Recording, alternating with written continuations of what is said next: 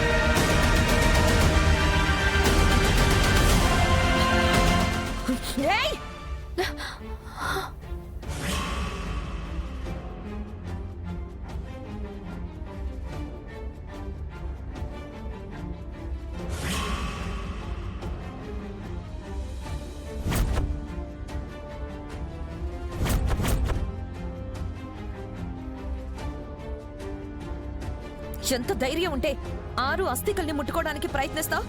Sense లేదా? అసలు ఈ రూమ్ లో నీకేం పని? అంటే పిల్లలు అంజు, మీరు మాట్లాడకండి. ఎవరిని ఎక్కడుంచాలో తెలీదా? బయటికి రా. ఎంత గట్టిగా అరుస్తుంది.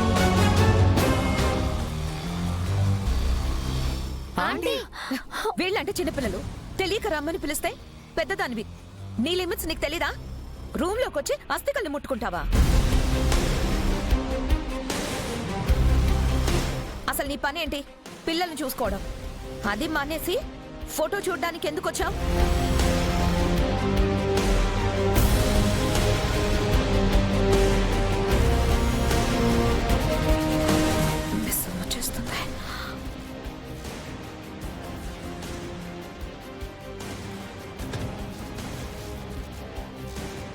నడు, ఫస్ట్ బయటికి నడు.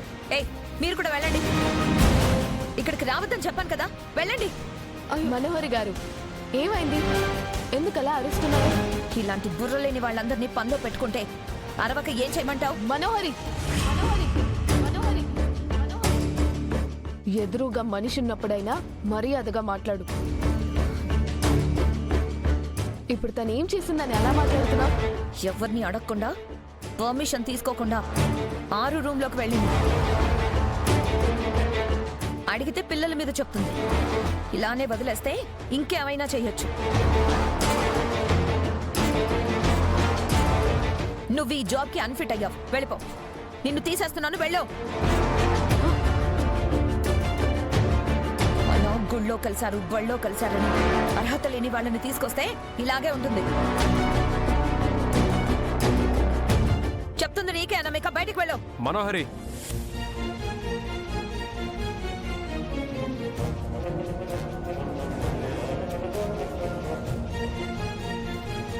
రమ్మని నువ్వు అడగనప్పుడు పొమ్మని చెప్పే రైట్ నీకు లేదు.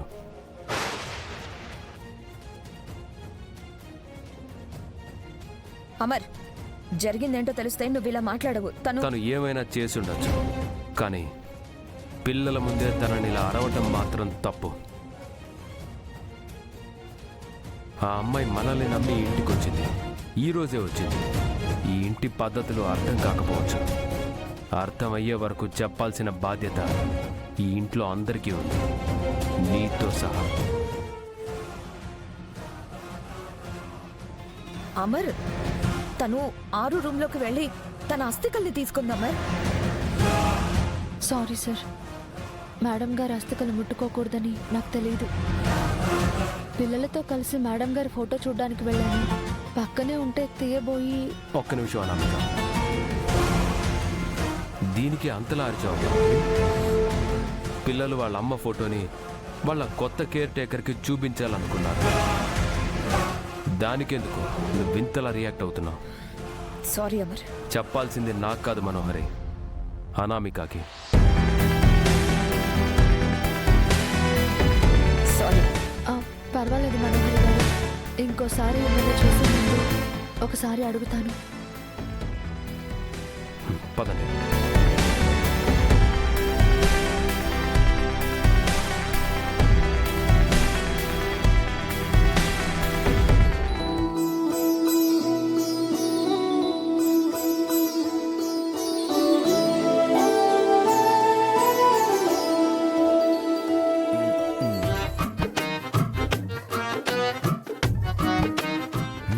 ఏంటి మిస్ అమ్మా, లైట్గా మనసులో భయం మొదలైందా?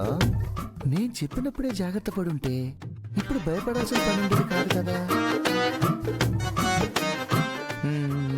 మొహంలో బాగా ఎక్స్ప్రెషన్స్ కవర్ చేస్తున్నావు కానీ కళ్ళల్లో కంగారు క్లియర్గా తెలిసిపోతుంది. రాథోడ్, నీకు తెలియదు ఒకటి చెప్పనా? చెప్పు చెప్పు, ఏంటిది? నువ్వు ఇంకెక్కువ మాట్లాడితే నీ గుండు బొప్పి కొడుతుంది.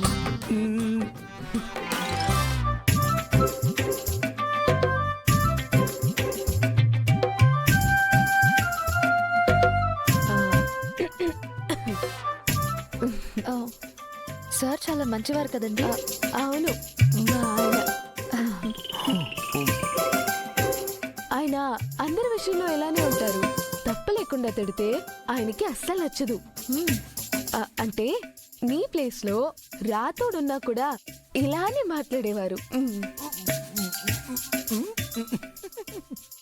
పని చేసే వాళ్ళని చిత్రహింసలు చేయాలనుకునే ఈ రోజుల్లో వాళ్ళ ఫీలింగ్స్ గురించి ఆలోచించి వాళ్ళ వెనకాల ఎంతమంది నిలబడతారు చెప్పండి. ఆయన విషయంలో మీరు చాలా లక్కీ.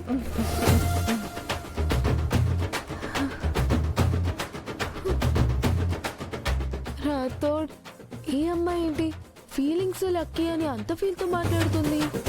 నా కర్మ, నా బొంద.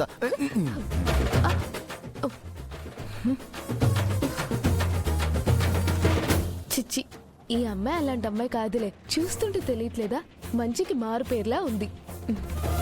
అంతే అంతే.